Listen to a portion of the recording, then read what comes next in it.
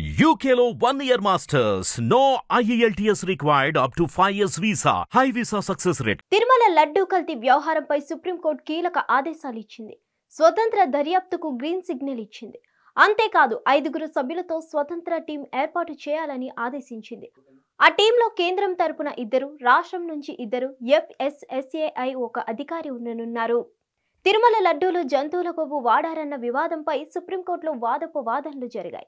AP ప్రభుత్వం చేస్తున్న SIT విచారణపై ఎలాంటి సందేహం లేదని సోలిసిటర్ జనరల్ తుషార్ మెహతా న్యాయస్థానానికి తెలిపారు. సమస్యను పరిశీలించామని, ఆరోపణలతో ఏదైనా నిజం ఉంటే అది ఆమోదయోగ్యం కాదన్నారు. దేశవ్యాప్తంగా భక్తులు ఆహార భద్రత చట్టం కూడా ఉంటుందని గుర్తు చేశారు. ప్రస్తుత సిట్ కి వ్యతిరేకంగా ఏమీ దాఖలు చేయలేదని, దానిని అనుమతించాలని పేర్కొన్నారు. సిట్ దర్యాప్తును కేంద్ర ప్రభుత్వానికి చెందిన సీనియర్ అధికారి పర్యవేక్షిస్తారని, దానివల్ల విశ్వాసాన్ని కలుగుతుందన్నారు. వైవి సుబ్బారెడ్డి తరపున వాదనలు వినిపించారు సీనియర్ న్యాయవాది కపిల్ సిబల్.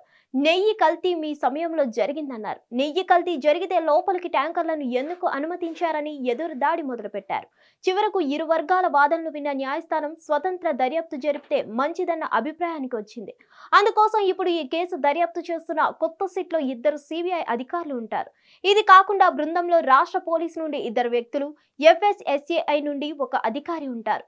ఈ క్రమంలోనే ఈ కేసును నిష్పక్షపాతంగా విచారించాలని కోర్టు స్పష్టం చేసింది. సోలిసిటర్ జనరల్ పాత సిట్ పై విశ్వాసం వ్యక్తం చేసినప్పటికీ కోర్టు కొత్త సిట్ ను ఏర్పాటు చేస్తుంది. హిట్ టీవీ యాప్ ని డౌన్లోడ్ చేసుకోండి. ఇందులో short news, live news, entertainment movies అన్ని అవైలబుల్ గా ఉన్నాయి. Please download Hit TV app. Hit TV app hit TV app ని ఫ్రీగా డౌన్లోడ్ చేసుకోండి.